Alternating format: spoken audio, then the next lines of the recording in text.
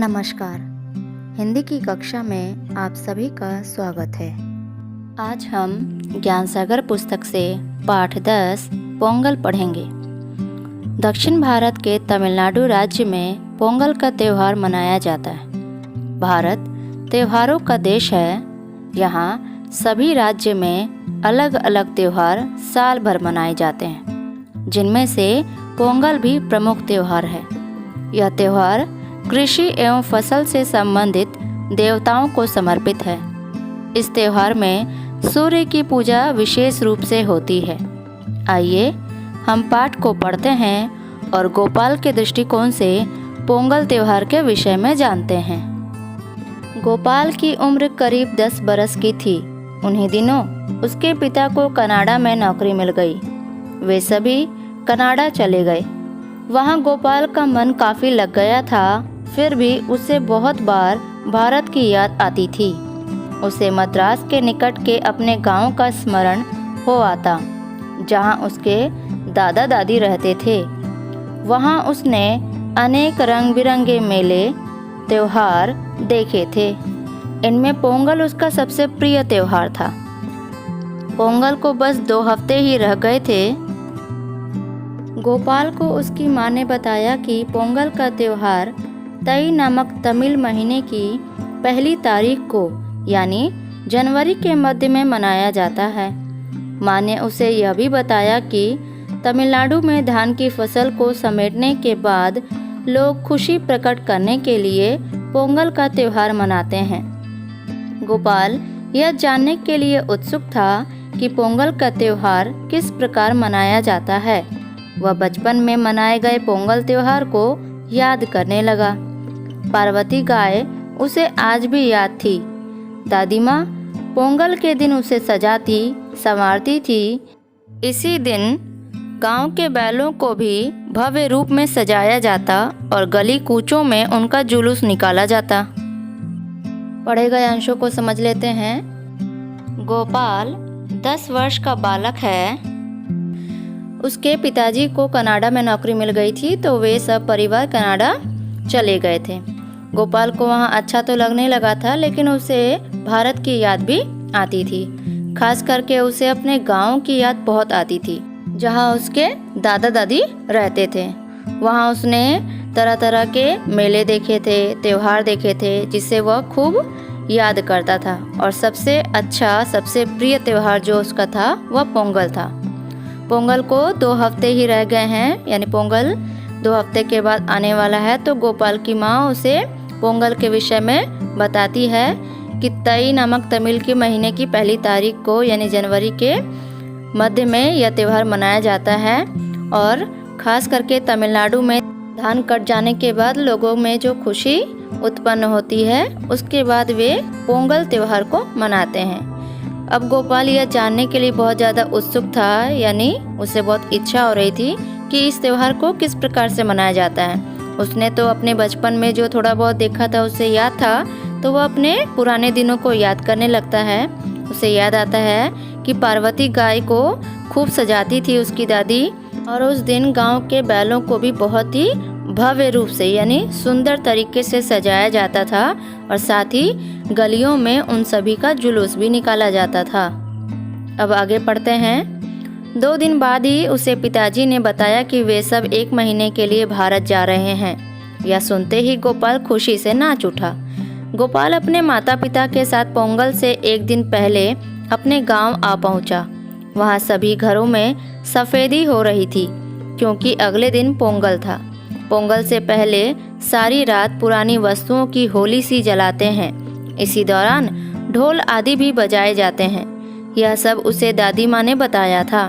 उसे बताया गया था कि ढोल को तमिल में बोगी कोट्टू कहते हैं। बोगी ऋतुओं के राजा इंद्र को समर्पित है। इंद्र नई ऋतुओं के आगमन की घोषणा करते हैं। गोपाल की दादी माँ ने चावल के आटे से फर्श पर बहुत सुंदर सुंदर आकृतियाँ बनाई।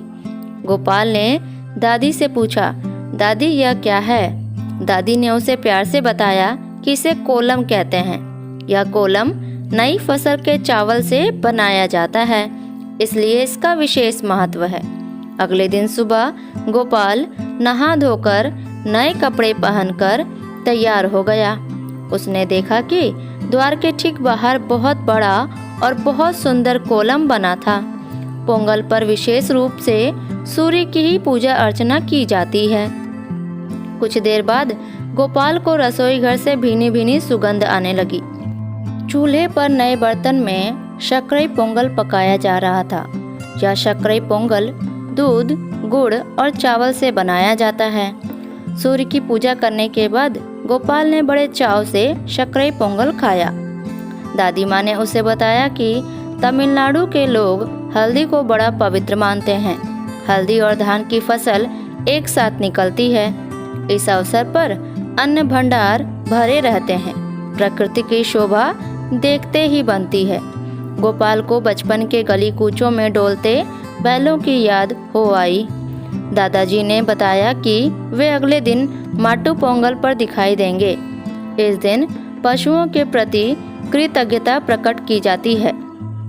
पोंगल खेतीबाड़ी का त्योहार है। किसानों से संबंध होने के कारण इस दिन बैलों को भी सजाया जाता है। अगले दिन गोपाल ने बैलगाड़ियों की दौड़ का भी भरपूर मजा लिया।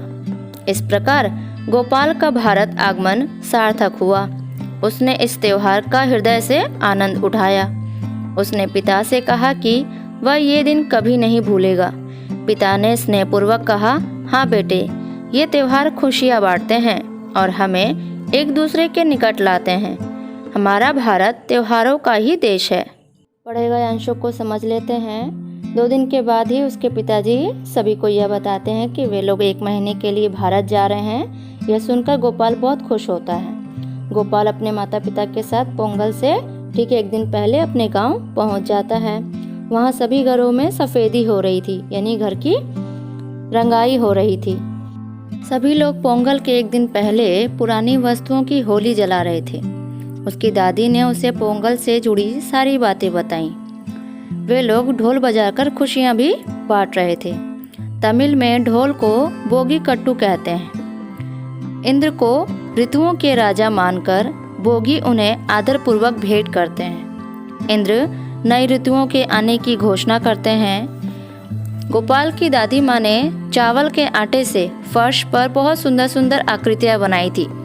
जब गोपाल ने अपनी दादी से पूछा कि दादी ये क्या है, तो उसकी दादी ने उसे बताया कि इसे कोलम कहते हैं। यह कोलम नई फसल के चावल से ही बनाया जाता है, जिसे हम सब रंगोली कहते हैं और तरह तरह के रंगों और फूलों से तैयार करते हैं। ठीक यहाँ पर नए चावल को पीसकर उसी से ही कोलम तैयार करने की प्रथा है। दूसरे दिन सुबह गोपाल नहा धोकर तैयार हो जाता है और उसने देखा कि द्वार के ठीक बाहर ही, यानी घर के दरवाजे के ठीक बाहर बहुत ही सुंदर कोलम बनाया गया है, जो बहुत बड़ा भी है और उससे यह देखकर बहुत अच्छा लगता है।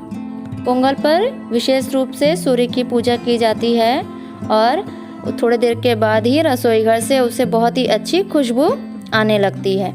चूल्हे पर शक्करई पोंगल तैयार की जा रही थी।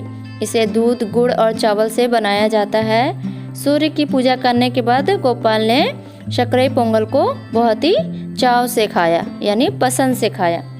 दादी माँ ने उसे यह भी बताया कि तमिलनाडु के लोग हल्दी को बहुत ज़्यादा पवित्र मानते हैं और हल्दी और धान की फसल एक साथ होती है।